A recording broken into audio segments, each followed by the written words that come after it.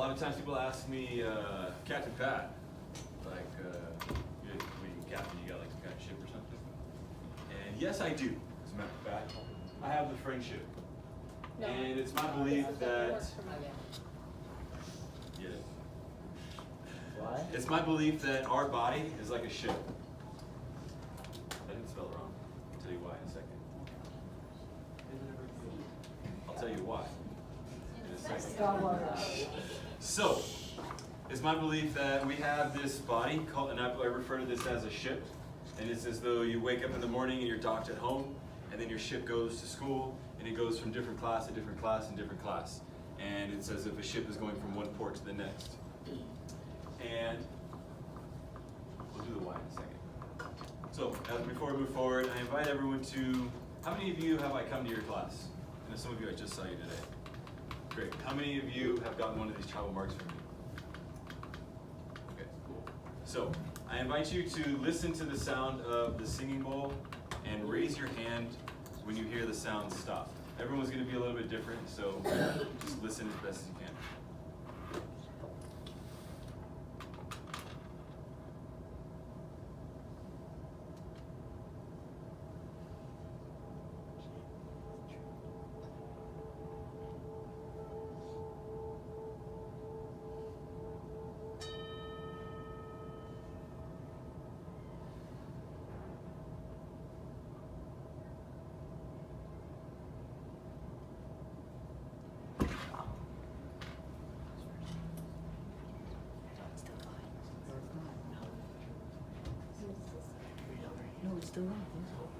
All right, thank you. So that was meditation. Congratulations, you did a meditation. How many of you have meditated before? How many of you have meditated without me? Like on your own, before you ever heard of me? Good job, guys. Cool, great. So that's also another term for that is called mindful listening. Everything in your mind is focused on listening. All you want to do is hear this. All you want to do is listen. Everything's focused on that. So like a lot of times when your teachers are like, pay attention, pay attention, pay attention. Another word for that is mindful listening. So the only thing that you're focused on is what that person is saying or whatever is going on, listening with your ears. So, your name? Yeah. Garrett was asking why we spell friendship with a Y. I spell friendship with a Y because to me, friendship is all about understanding yourself. And when you understand yourself is when you can be your own friend. Hopefully you're your own best friend. And the way I've come to understand myself is through mindfulness. And mindfulness caused me to ask myself why. Why am I wearing the clothes that I'm wearing? Why do I wear the hair that I wear? The way I wear it. You don't really have a choice over the hair you're wearing. Why do I hang out with these people? Why am I a jerk to this person? Why don't I do my homework? Why do I do my homework? Why do I care about this person? Why do? And it's just, the more I asked about why about myself, the more I came to realize like, oh, well, I don't know why I'm doing that. Or this is why I don't want to do that anymore. I want to do this. And being able to make that conscious decision about what you're doing and why you're doing things allowed me to befriend myself, and that's where I came up with the whole concept of friendship. So, we're going to come to understand ourselves a little bit better. I'm going to challenge all of you to hold your breath for a minute. And we're going to start in 6, 5, 4, 3, 2, 1, begin. Again, it's all about becoming aware, becoming mindful, aware of what do you need right now. Do you need to breathe? Or do you want to accept this challenge for the whole minute? That's 15 seconds, easy peasy, lemon squeezy. Okay? You need to do what's best for you. And that's true for life, not just in this minute. 25 seconds. As long as you doing you and what's best for you, 30 seconds. As long as you're doing what's best for you and it's not hurting anybody else, then you're actually obligated to do it. As long as you're respecting the space that you're in.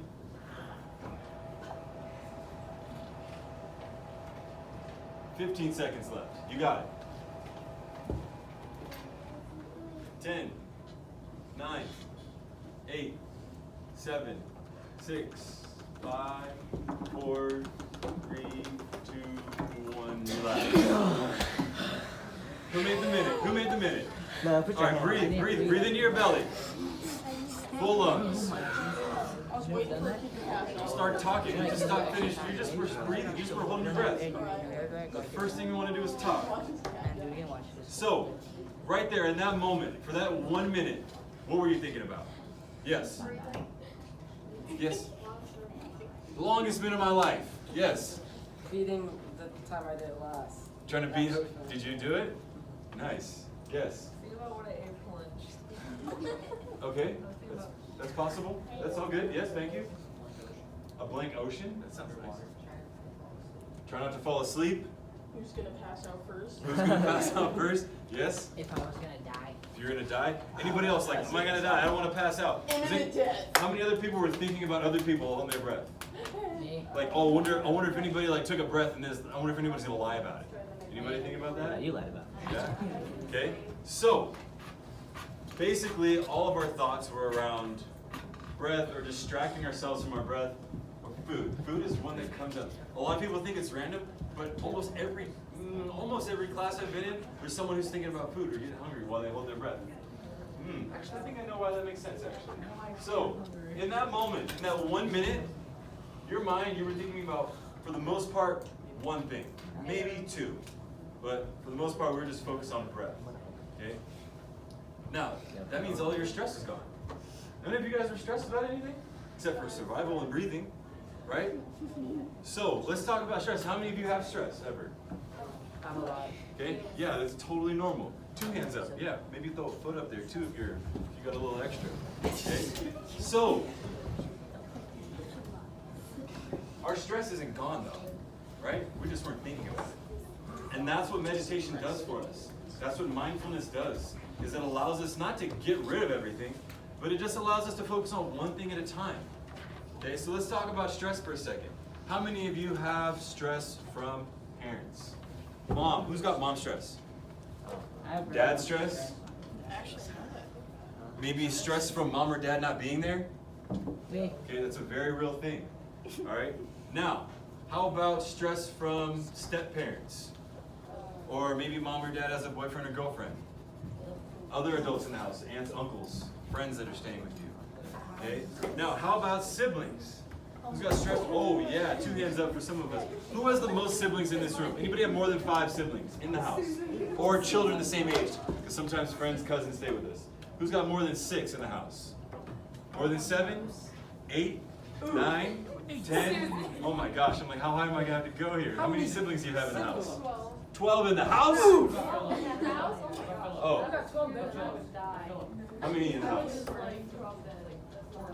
14. 14?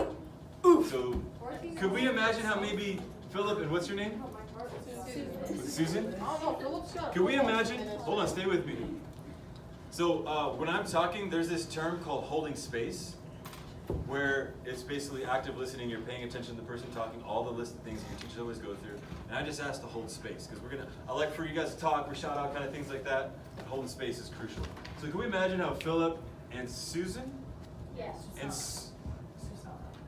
No, that's my Spanish name. and Susan. Let's call her by her real name. Can we imagine how that could be a little stressful for them, having that many siblings? Okay? And all of us who have siblings? All right, so let's talk about food. Who's got stress from food in their house? Not enough food. Too much healthy food. Not enough healthy food. Okay? Maybe somebody ate your food you were planning on eating the next day. Right? Yes. Okay? Maybe one of those siblings is taking your food. All right, hold with me. Now, we only got to breakfast, or maybe we haven't even got to breakfast. We haven't even got to school yet. How many of you have stress on the way to school? School bus. Parents hollering at you in the car. You know, I told you, when we get home, you make sure you do this, this, this, and this. And it's like, dang, I've still got to get to school and deal with all the stress at school. How many of you have stress from teachers? Definitely. How many of you have stress from, anybody have stress from teachers that aren't even your teachers? Nope. They all like TLF. How about stress from, stay with me, stress from classmates? Try not to point to anybody. How many of you have stress from people you don't even have class with? Some people are giving me this look like you don't even know Captain Pat. Okay? I don't know, and I don't want to know. I can empathize. I was already in middle school. I got through that. I passed enough. I made it to high school, and then I made it through that. And my best grades were actually when I was in college, believe it or not. Graduate school, I had the best GPA. My GPA kept getting better and better the farther I got away from middle school. So it's going to get better. It's going to get better. So now let's talk about homework. Stress some homework. Stress some classwork. Stress some being on time or being tardy. Okay? I thought Miss So- was asking.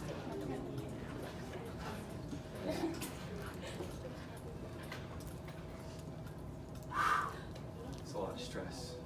This is what our minds start to turn into. If this is our mind while we're mindfully holding our breath, while we're mindfully breathing, while we're meditating, then this is our mind. This is our mind on stress. Okay? It's like your mind has got so much going on in it that it's even hard to contain sometimes. And so, did we talk about sleep? How many people didn't get enough sleep last night? That's the most popular stressor right there for anybody on this planet. Okay? Go put your hands down. So, when you don't get enough sleep, paired with all these other stresses that you face in your regular day, you're ready to get triggered. Somebody calls you a name, you're ready to flash on them right now. Someone steps on your shoes, you're ready to. Someone says something to your friend, you're ready to. What'd you say to my friend? Because I know you can handle it, and you know I'm not going to get mad at you. Okay? See, and then now I say something. Now we're going back and forth. And when does it stop? Never. And never. If we keep acting like right now I live with an 8-year-old, a 10-year-old, a 13-year-old, and a 14-year-old. They're not my kids, they're my partner's kids. So they say to her, the 10-year-old says to the 8-year-old, "Oh, well, who did it to me? You better not do this, or I'm gonna smack you." And I'm like, and you're the older one. And when's it gonna stop? Someone's got to make the choice to stop. But in reality, when we've got a bunch of people walking around that are minds like this, stressed the heck out, you can't blame people for flashing on each other left and right, can you? Especially when our parents are dealing with this as well. And your parents don't have a Captain Pat coming and tell them how to change it. I mean, unless you bring you into school. Okay? I think, well, not for me. It doesn't affect me. It'd be for you. I think it would help you if your parents knew how crazy their minds are. Maybe they do know. But ultimately, your parents' brains are like that because their parents' brains were like that. And then your grandparents' brains are like that because their parents. So it's just passing it down. My dad used to get whooped with an extension cord. Yeah, I was telling the last class, this is the first time I told him this. My dad got whipped with an extension cord for taking his mom's cherry tomatoes. She would count them every day when she went to work. When she came, yeah. And my dad, he would come back, and then it wasn't me. It wasn't me, right? How many people got those siblings, right? No, it wasn't anybody. Who was it? Not me. It's always not me. Not me is like the extra child in the family almost. Wait, like just blame it on not me. A thick extension cord? I don't know. Does it matter? Yeah. That uses Yes, I will. See, look, mine's over with the We're hoodie gonna on. miss you. I'll be back. So, stay with me here. Stay with me here. So, my dad used to whip me for messing up in school, for talking to my mom in particular ways, for not cleaning up my room after he asked me how many times. So that's, at least he didn't use an extension. So it got a little bit better for my dad treated me a little bit less harsh than his mom and dad treated him. Okay, I used to pray to get home to my mom, so my mom would whip me and I'd have my fake tears. And then my dad would come up, "Oh, don't worry, I got him already. I got him. Yeah, she got me. Don't touch me, Mom got me already," even though it didn't even hurt. So, in reality, this is what a lot of us are dealing with. And this, when we were holding our breath, our mind was clear because we were focused on survival. Although you accepted that challenge, so you had to survive yourself. You had to survive the minute. Congratulations. Can you hold that, please? That's like super crazy in my ears. I love doing it too, though. I love making the beats and all that good stuff. So when our minds are here, it doesn't mean all of our stress is gone and forever and it's never going to come back. I wish. Right? If it was only that easy. It just happens to be, it's just around the sides. And just like when waves come up on the ship, it's not the ship that's really having there's no problems really on the ship until someone starts throwing water on you. You're going through your day and someone wants to make fun of you. Maybe they make fun of you every day. But that's because they're dealing with this. And they know you are too, and they know they can push your buttons. And then that can control you. They can't control themselves, so I'm gonna try to control you. I feel terrible, so I'm gonna make you feel as bad as me. Okay? So, I invite everyone to imagine a tiger just jumped in the classroom. 5 tigers just jumped in here. There's 3 options you could do. What could you do? I would throw the first person I see. You can sabotage people, that's option 1. I would throw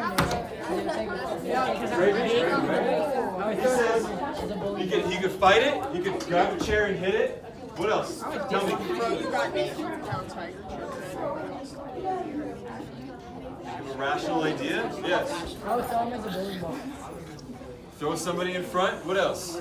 I try to feed the tiger enough of these students where it's too full to eat me. Okay, sabotage everybody else. Okay, what else? Yes. Act like a predator, that's a thought. Yes. Go walk? Are you gonna walk out the door like, oh, bye tigers? No, you're getting out of there. So we can fight it. We can flight, we can run, yes. Shh. Hold up. Okay, so we can strategize. Yes? I want to actually do this. Sabotage myself for other people's survival. Sacrifice yourself. Okay, so basically, we're missing one.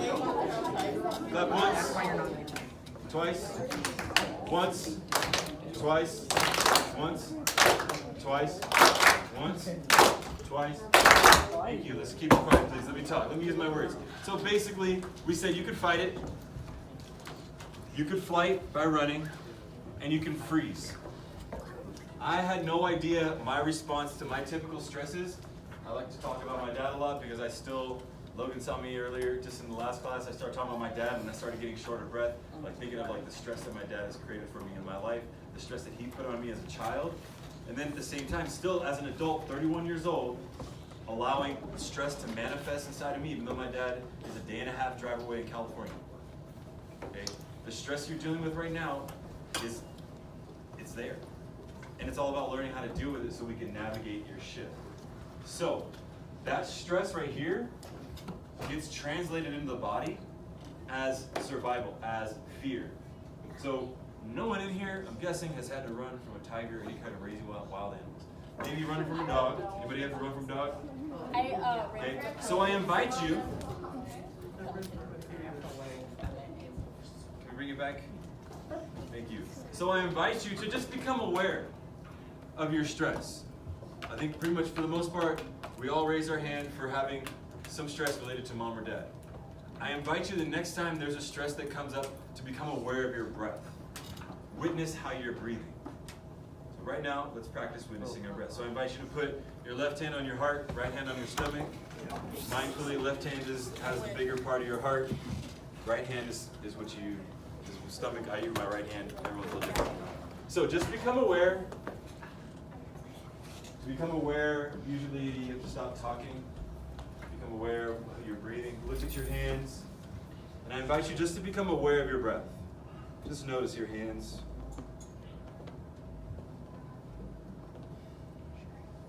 One more breath.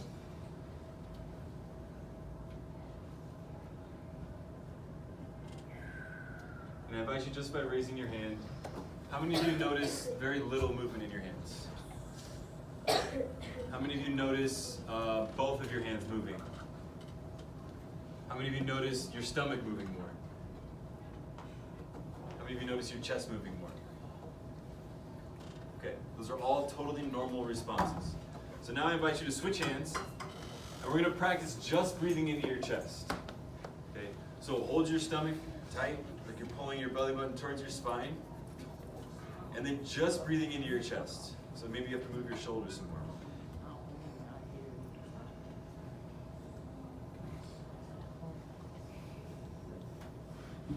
Is that the deepest breath you can take?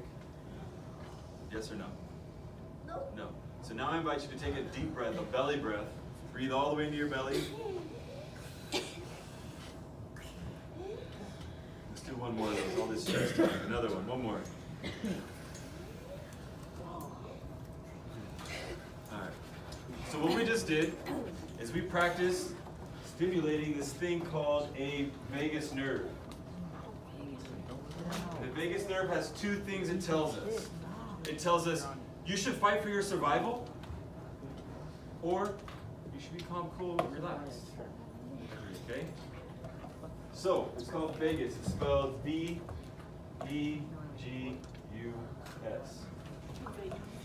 So, vagus nerve is again responsible for telling you whether you should be calm or whether you should be surviving, stressing for your life. So when we were holding our breath, there was no stimulation of the vagus nerve. Okay? But when we take a deep belly breath, it stimulates the vagus nerve because it goes all the way along our spine. Excuse me, my friends. I don't know if this is the